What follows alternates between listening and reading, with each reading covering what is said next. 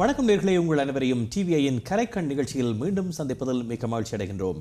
இன்று 2 கலைஞர்களை நாங்கள் சந்திக்கப் போகின்றோம். கனடிய மண்ணில் இசை வாழுகின்றது என்று எடுத்துக்கொண்டால் அதற்கு உதாரணமாக இருக்கின்ற 2 கலைஞர்கள் இன்றைய நிகழ்ச்சியில் வருகின்றிருக்கின்றார்கள். அதோடு அவர்களின் மூலமாக கலைப்படைப்புகள் பல மேடையேறிக் கொண்டிருக்கின்றன. இது பற்றிய விவரங்களை நாங்கள் இன்றைய நிகழ்ச்சியில் வழங்க இருக்கின்றோம்.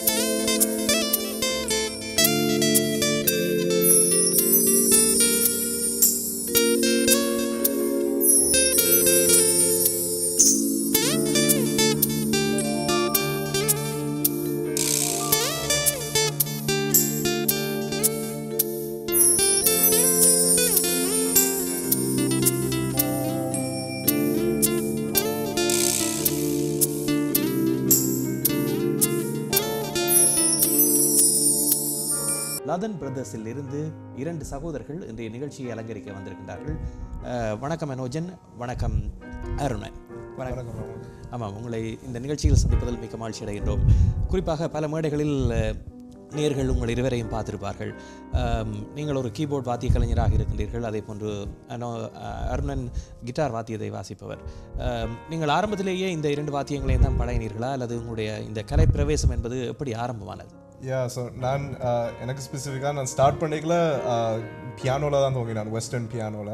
அப்புறம் அதில் இருந்து இந்தியன் கிளாசிக்கல் மியூசிக்கு போனான், கீபோர்டை லேர்ன் பண்ணேன். ஸோ இந்த வெஸ்டர்ன் பியானோ வந்து ஒன்டாரியோ அகாடமி ஆஃப் ஃபைன் ஆர்ட்ஸில் இருந்து லேர்ன் பண்ணான். And then Indian classical music ராலியம் மியூசிக் அகாடமியில் இருந்து KS ரவீந்திரன் பழகினான். அவர்கிட்ட வோக்கல் மியூசிக்கும் கீபோர்டும் லேர்ன் பண்ணான். ஸோ அங்கே தான் அந்த இந்தியன் கிளாசிக்கல் லேர்னிங்ஸ் வந்தது கீபோர்டுக்கு. ஸோ ஜென்ரலாக இந்த லைஃப் வந்து கீபோர்ட் அண்ட் பியானோட தான் போயிருக்குது. சரி, உங்களுடைய எப்படி? நான் தொடங்கிக்கல நானும் KS ரவீந்திரன்ட்டு ஃபர்ஸ்ட் வயலின் படித்தேன். அதை நான் 6 வயசில் இருக்கையில் இருந்து படிச்சுக்கொண்டு வந்தேன். நான் இப்போ இந்த கர்நாடிக் கிரேட் 6 மட்டும் முடிச்சுட்டு இப்போ இந்த அப்பா அந்த மியூசிக் குரூப் ஃபோக்கஸ் எங்களை செய்ய சொன்னவர். அதுக்கு ஃபோக்கஸ் பண்ணுறதுக்கு கிட்டார் தான், கீபோர்டுக்கு நல்ல சப்போர்ட். அதுக்கப்புறம் விஜயகுமரன் திருநாக்கரசிட்டு போய் கிட்டார் படித்தேன். சரி, நீங்கள் வெஸ்டர்னிலிருந்து கிளாசிக்கலுக்கு மாறுகின்ற பொழுது, அதாவது வெஸ்டர்னிலிருந்து கர்நாடிக் மியூசிக் மற்றது தமிழ் சினிமா பாடல்களை வாசிக்க கற்றுக்கொள்கின்ற பொழுது என்னென்ன வித்தியாசங்கள் இருந்தன? அதில் வெஸ்டர்னிலிருந்து மாறுகின்ற பொழுது கஷ்டப்பட்டீர்களா? பெரிய கஷ்டம்னு தெரியல. நான் ஸ்டார்டிங்கில் வந்து வெஸ்டர்ன் பியானோட தான் துவங்கினான். ஸோ உண்மையாக கீபோர்ட் பிளேயர்ஸ் பியானோ பிளேயர்ஸ் கதைச்சிங்கன்னா உண்மையாக அந்த வெஸ்டர்ன் பியானோ லேர்ன் பண்ணுறது பெரிய ஒரு கஷ்டமான விஷயம். என்ன அந்த ஃபண்டமெண்டல்ஸை பிக்கப் பண்ணுறதுக்கு கொஞ்சம் ஒர்க் பண்ணணும். ஸோ அதில் தான் அந்த வெஸ்டர்ன் நோட்டேஷன் வாசிக்க பழகினான். வேறு 2 கையோடையும் வாசிக்க பழகினான். பிறஞ்சால் இந்தியன் கிளாசிக்கலுக்கு மூவ் பண்ணிக்கல. அதில் கூட அந்த ரைட் ஹேண்டோட வாசிக்கிறதுக்கு தான் கூட ஒர்க் இருக்குது. ஆனால் அந்த இந்திய கிளாசிக்கல் அந்த வர்ணங்கள் கீர்த்தனங்கள் அந்த படிப்புகளை பார்க்கலாம். அதில் கூட அந்த ஃபீல் வர அந்த ஸ்பீடாக வாசிக்கிறா அதில் அந்த லேர்னிங்ஸ் தான் கூட லேர்ன் பண்ணான் அந்த இந்தியன் கிளாசிக்கலில். ஆமாம், வெஸ்டர்னில் படிக்கின்ற பொழுது ராகங்கள் என்பது உங்களுக்கு இந்த ராகம் என்ற அடிப்படையில் படிப்பதில்லை. ஆனால் தமிழ் சினிமாவில் ராகங்களின் அடிப்படையில் பல பாடல்கள் வரும். அதனை எப்படி நீங்கள் அறிந்து கொண்டீர்கள்? அதற்கு உங்களுக்கு நீங்கள் படித்த கர்நாடக சங்கீதம் உதவுகின்றதா? அது பற்றி சொல்லுங்கள். கட்டாயம். ஐ மீன் வெஸ்டர்ன் மியூசிக்கில் வந்து அந்த ராகங்கள் பெருசாக ஒன்றும் இல்லை, ஆனால் அந்த ஸ்கேல்ஸ் இருக்குது. ஸோ ஒவ்வொரு அந்த பாட்டுகளுக்கு வந்து அந்த வேறு ஸ்கேலில் பேஸ் பண்ணி செஞ்சுருக்கிறீங்க. ஆனால் இந்தியன் கிளாசிக்கல் மியூசிக்கில் கேட்டிருப்பீங்க. ஸோ லைக் இந்த வர்ணங்கள் கீர்த்தனங்கள் மாதிரி சில மோஸ்ட் சினிமா பாடல்கள் வந்து ஒரு ராகத்தில் தான் பேஸ் பண்ணி அந்த கம்போசிஷன்ஸை மேக் பண்ணியிருப்பீங்க. ஸோ வெரி சிமிலராக நான் என்ன ஒரு டிஃப்ரெண்ட் டெர்மினாலஜி யூஸ் பண்ணுறேன். சரி, கிட்டாரில் முதலில் வயலினை வாசித்து பின்னர் நீங்கள் கிட்டாருக்கு மாறுகின்ற பொழுது உங்களுடைய அனுபவம் எப்படி இருந்தது? கிட்டாருக்கு மாறிக்கல எனக்கு கொஞ்சம் ஈஸியாக இருந்தது. இந்த வயலன் வேறு ஒரு ஸ்ட்ரிங் இன்ஸ்ட்ருமெண்ட். அப்போ அந்த ஃபிங்கரிங் ஒரு சிமிலர் ஸ்டைல். இப்போ அந்த கர்நாடிக் ஸ்டைல் அந்த கிணக்கு ஸ்லைடிங் அதை செய்கிறது. இப்போ அது கிட்டாரை கொண்டு வரைக்கும் அது கொஞ்சம் ஈஸியாக வந்தது. ஆனால் கிட்டார்ண்ட வேறு ஸ்டைல்ஸ் வெஸ்டர்ன் ஸ்டைல் இருந்தால் ஒரு ஹேமர் ஆன் செய்கிறது, அது ஒரு வெஸ்டர்ன் ஸ்டைல். இல்லாட்டி ஸ்கேல்ஸ் லேர்ன் பண்ணுறது. இப்போ இந்த ஸ்கேல்ஸோடு சேர்த்து எங்களோட மாஸ்டர் சொன்னது ராகம் பேஸும் கொண்டு வந்து கிட்டாரில் வாசிங்க. அப்போ தான் கொஞ்சம் கர்நாடிக் ஃப்ளேயரும் கொடுக்கலாம் இந்த வெஸ்டர்ன் பாட்டுகளுக்கு. அதான் நான் பெர்ஃபார்ம் பண்ணிக்கலாம். இந்த சிட்டார் பாட்டுகள் செய்கிறேன்டா கொஞ்சம் கர்நாடிக் நாலேஜ் தேவை. அப்போ தான் கொஞ்சம் ஈஸியாக இருக்குது அந்த சேம் ஃபீலோட வாசிக்கிறதுக்கு. அப்போ அந்த ரெண்டு மிக்ஸ் பண்ணிக்கல ஒரு ஓவராலாக நெல்லை சேர்த்து அந்த மியூசிக் சினிமா பாட்டுக்கு செய்கிறதுக்கு ஈஸியாக வந்தது. சரி, லதன் பிரதர்ஸ் என்ற உருவாக்கம் எப்படி உருவானது? இந்த ஐடியா என்பது எங்கிருந்து வந்தது? ஸோ எங்களோட குரூப் வந்து 2010 வந்து நாங்கள் பெர்ஃபார்ம் பண்ணது வாங்கினாங்க. 2013 தான் அருணன் கிட்டார் அரங்கேற்றம் செய்யலாம் அந்த குரூப்பை அந்த அந்த அந்த கொஞ்சம் லான்ச் பண்ணினாங்க. அந்த இதுதான் ஒஃபிஷியல் பேராக போக போகிறோம்னு. அது அந்த அந்த நேமுக்கு முக்கியத்துவம் ஏன் கொடுத்தனாங்கண்டா, எங்களோட ஃபேமிலியில் வந்து பெருசாக மியூசிக்கில் அந்த ஆர்வமான ஆக்கண்டு இல்லை. எங்களோட அப்பா தான் ஸ்டார்டிங்கில் கொஞ்சம் கீபோர்ட் லேர்ன் பண்ண துவங்கினார். அப்பாவினுடைய ஆசை உங்கள் மூலமாக கைண்ட் ஆஃப். ஸோ அப்பா அம்மாவோட ஆசை ரெண்டு பேர். ஸோ அப்போ அந்த ஃபேமிலிக்கு முக்கியத்துவம் கொடுப்போம்ன்ட்டு தான் நாங்கள் இப்போ அந்த அட்லீஸ்ட் அந்த லதனை வந்து பேருக்குள்ளே சேர்ப்போம்ட்டு வச்சுருந்தேன் நாங்கள். And then so we figured நாங்கள் ரெண்டு பேரும் பிரதர்ஸ் தானே, so let's do it as லதன் பிரதர்ஸ்ன்ட்டு. It came out catchy, so we decided to go with it. இப்பொழுது பல மேடைகளில் நீங்கள் நிகழ்ச்சிகளை வழங்குகின்றீர்கள். ஒரு இசைக்குழுவில் அங்கம் வகிப்பதில் இருக்கின்றதை விட ஒரு இசைக்குழுவை நடத்துவது என்பது மிக கடினமான ஒரு விடயம். ஏனென்றால் அதில் ஒருங்கிணைப்பு என்பது மிக முக்கியம். அதிலும் குறிப்பாக இவ்வாறான புலம்பெயர் நாட்டில் எல்லோரும் வேலை செய்கின்ற நிலையில் அவர்களையெல்லாம் ஒன்றிணைத்து ஒரு நிகழ்ச்சியை வழங்குவது, ஒத்தியை பார்ப்பது, இதெல்லாம் இருக்கின்றது. எவ்வாறு இதனை சமாளிக்கின்றீர்கள்? உங்களுடைய வேலைப்பளுவோடு சேர்த்து இந்த இசைக்குழுவை நடத்துவதில் உள்ள சிக்கல் என்றால் என்ன? கட்டாயம். ஐ மீன் ரெண்டு பேரும் சேர்ந்து தான் நடத்துகிறாங்க. ஆனால் ஜென்ரலாக அந்த ஆர்கனைசிங் பிளானிங் வந்து கூடுதலாக நான் தான் எடுக்கிறேன். நான் usually I like to be very organise. So I take everything and I try to keep it on time. So I mean especially நீங்கள் சொன்ன மாதிரி முந்தி நான் யூனிவர்சிட்டிக்கு போய்க்கலையும் அந்த ப்ராக்டிஸ்லையும் இந்த ஷோ டேட்லையும் கோஆர்டினேட் பண்ணுறது வந்து சரியான கஷ்டம். But at the same time இந்த கனடாவில் இருக்கல வேறு உங்களோட பாட வர்ற ஆக்களும் வேறு மியூசிஷியன்ஸுக்கும் வேறு லைவ்ஸ் இருக்குது.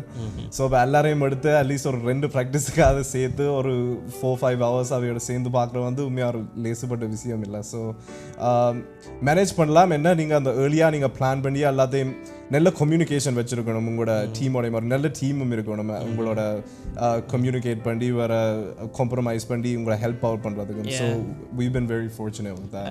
ஏதாவது ஷோ வந்துன்னா உடனே அண்ணா என்கிட்ட சொல்லுவார், we're talking about this could be a potential show. And then நாங்கள் 2 பேரும் சேர்ந்து பாடல் யோசிச்சுட்டு என்ன பேஸ் பண்ணி செய்கிறது. இப்போ இந்த அண்ணா அந்த அடிச்சு கேட்பார் மெட்ட பிளேயர்ஸ். இப்போ இந்த மெட்ட மியூசிஷியன்ஸ் தான் ஃபர்ஸ்ட் ப்ரையாரிட்டி கொடுக்குறது, யார் அடித்து கேட்குறது. இப்போ இந்த எங்கள்கிட்ட நாங்கள் பாட்டை சூஸ் பண்ணிப்போம், அதுக்கப்புறம் தான் சிங்கர்ஸை எடுத்து அவிட்டு கொடுக்குறது, என்ன அவைக்கு ஸ்ட்ராங்காக இருக்கும், என்ன ஸ்டேஜில் பெஸ்ட்டாக வரும்.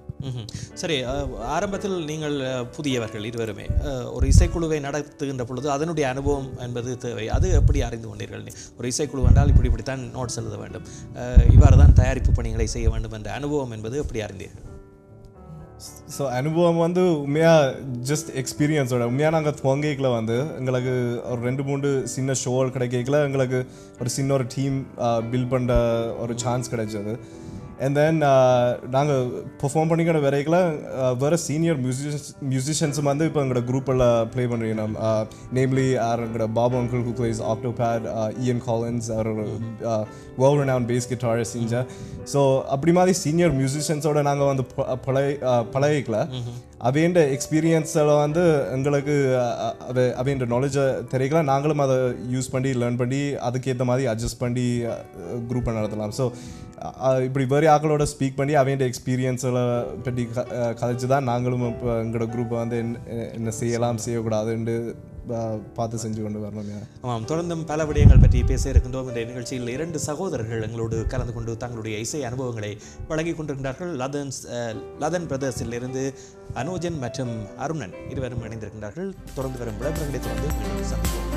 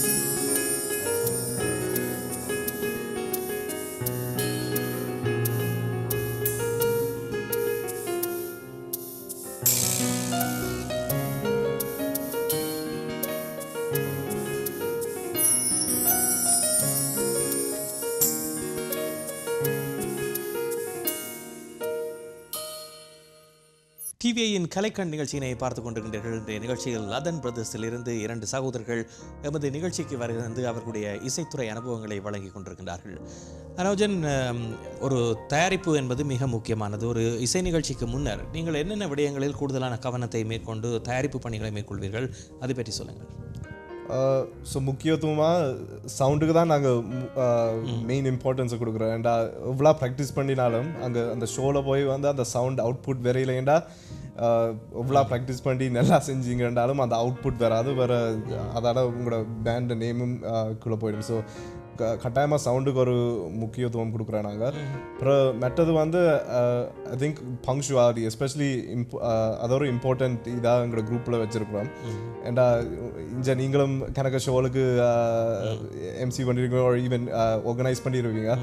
இங்கே சில நேரம் இந்த டிலே எழுதலால் இந்த ஷோவுக்கு வந்து அந்த கோஆர்டினேஷனில் வந்து அந்த ப்ரோக்ராம் கோஆர்டினேட்டர்ஸுக்கு வந்து சில நேரம் அந்த பிரச்சனை வரும். ஸோ ஆல்வேஸ் அட்லீஸ்ட் ஒரு ஸ்ட்ரிக்ட் ஸ்கெட்யூலாவது எங்களோட சிங்கர்ஸ் மியூசிஷியன்ஸுக்கு வச்சுருக்கலாம் நாங்கள். ஸோ அட்லீஸ்ட் நாங்கள் அந்த ஒரு ஷோவுக்கு கமிட் பண்ணியிருக்கிறோம். ஸோ அங்கே போகிறோம்னா அந்த குவாலிட்டியையும் கொடுக்குறோம், but at the same time ஒரு நல்ல ப்ரெசன்ஸும் கொடுக்குறோம். அதை ஐ மீன் அந்த அந்த அதை புக் பண்ணிய டைமுக்கு நாங்கள் எங்களோட ஃபுல் 100% அவுட்புட் கொடுக்கணும்.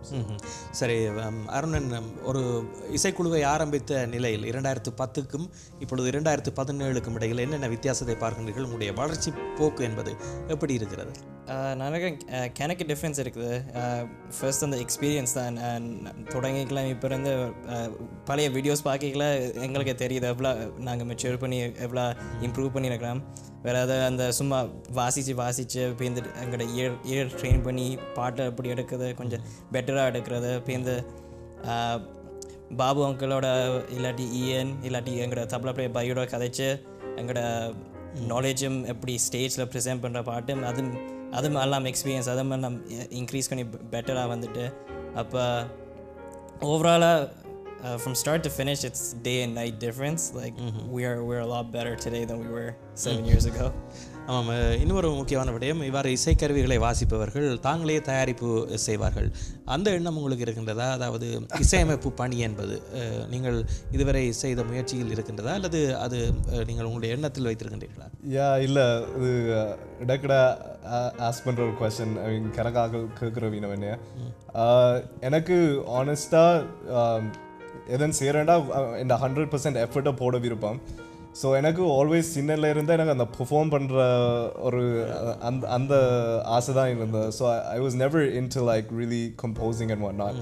ஐ மீன் இப்போ more and more now that I'm in the music field, I tend to look at music, analyze it a bit more, have a bit more knowledge so I can break down a song a bit more. But for now, இப்போதைக்கு எனக்கு அந்த ஸ்டேஜில் போய் அந்த perform பண்ணுற feeling தான் எனக்கு அந்த மியூசிக்கு சரியான ஒரு ட்ரைவ் ஒரு பேஷன் ஆகி. ஸோ இப்போதைக்கு அதோட போகணும்னு இருக்கிறேன். ஆனால் maybe later down in the future I definitely consider composing and recording and whatnot. So I've got like a lot of friends who are especially music field claim university la study pandi recording and the course school la porinam. So definitely have friends that can help me out. So aveta poi learn பண்றேன்னு ஒரு எண்ணம் இருக்குது அங்கால. சரி, கிட்டாரை பொறுத்தவரையில் நீங்கள் notes எழுதுவீர்கள். அதில் இப்பொழுது நீங்கள் பல நிகழ்ச்சிகளில் அன்பிளக்ட் வெர்ஷனாக ஒரு பாடல் வந்ததில் இருந்து மாற்றி அதனை வாசிக்க நிகழ்ச்சிகளை வழங்கியிருக்கின்றீர்கள். அதற்கான தயாரிப்பு பணியை எப்படி செய்வீர்கள்? குறிப்பாக ஒரு பாடலை அப்படியே வாசிப்பதில் இருந்து மாறுபடுத்தி வாசிப்பதில் உள்ள நுணுக்கங்கள் என்ன, அது பற்றி சொல்லுங்கள். இப்போ அன்பிளக்டாக சேர்க்கல நான் நினைக்கிறேன் கூடுதலாக அந்த கோட் பேஸ் மெலடி விட அந்த கோட் வாசிக்கிறது தான் கொஞ்சம் கூட இம்பார்ட்டண்ட். அன்பிளக்டில் அந்த சிங்கருக்கு தான் கூட ஒரு ஃபோக்கஸ், அந்த மியூசிக் தான் கொஞ்சம் ஒரு பேக்ரவுண்ட், சும்மா அந்த பாட்டை கேரி பண்ணுற மாதிரி. அப்போ கோட்ஸ் தான் அந்த சிங்கருக்கு அந்த சுருதி வேறு ஆல்சோ ரிதமும் கொடுக்கும். கிட்டார் அந்த தனியாக வாசிக்கிறேன், அதுதான் இம்பார்ட்டன்ட். அப்போ அந்த கோட் நாலேஜ் தான் ஒரு கிட்டாரிஸ்ட்டுக்கு சரியான இம்பார்ட்டன்ட். எல்லோரும் இந்த லீட் தான் வாசிக்கிறது. ஆனால் நான் இப்போ என் எக்ஸ்பீரியன்ஸோட கூட வாசிக்க ஸ்டேஜில் பெர்ஃபார்ம் பண்ணி இந்த கோட்ஸ் தான் கூட தேவை. லீட் வந்து ஒரு 15-20 செகண்ட்ஸ் தான். ஆனால் அந்த கோட் அந்த ஃபுல் பாட்டுக்கு வேறு.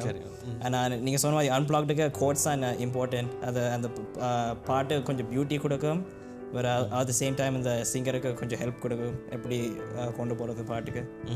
சரி, உங்களுடைய இந்த இசை பயணத்தில் இந்த லதன் பிரதர்ஸை எப்படி கொண்டு போக வேண்டும் என்று நீங்கள் நினைத்து வைத்திருக்கிறீர்கள்? உங்களுடைய இந்த குறிக்கோள் என்பது எப்படி இருக்கிறது?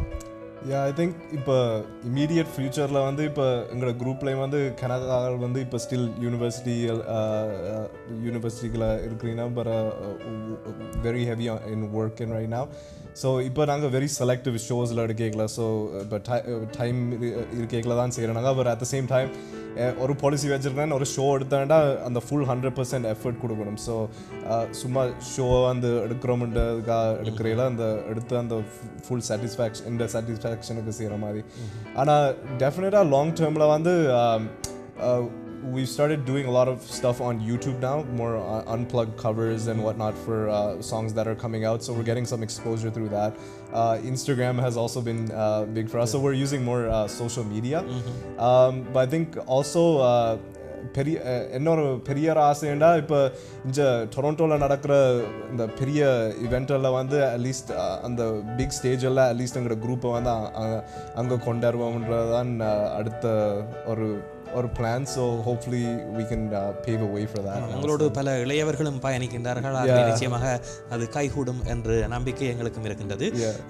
இன்று எமது கலையகத்திற்கு வந்து நீங்கள் உங்களுடைய இசை அனுபவங்களை வழங்கியமைக்கு உங்கள் இருவருக்கும் நன்றியை தெரிவிப்பதோடு உங்களுடைய பாடல்களையும் பாபுவோடு சேர்ந்து வாசித்தமைக்கு இந்த தருணத்தில் நன்றியை தெரிவித்துக் கொள்கின்றோம். உங்களுடைய கலை பயணம் மென்மேலும் சிறந்து விளங்க வாழ்த்துக்களை தெரிவித்துக் கொள்கின்றோம். இந்த நிகழ்ச்சியினை பார்த்து கொண்டிருக்கின்ற ரசிகர்களுக்கு என்ன சொல்ல விரும்புகின்றீர்கள்? I just say, honestly, music is definitely a God's gift, and we're very privileged to learn music in Canada and the opportunities that we have to do with it.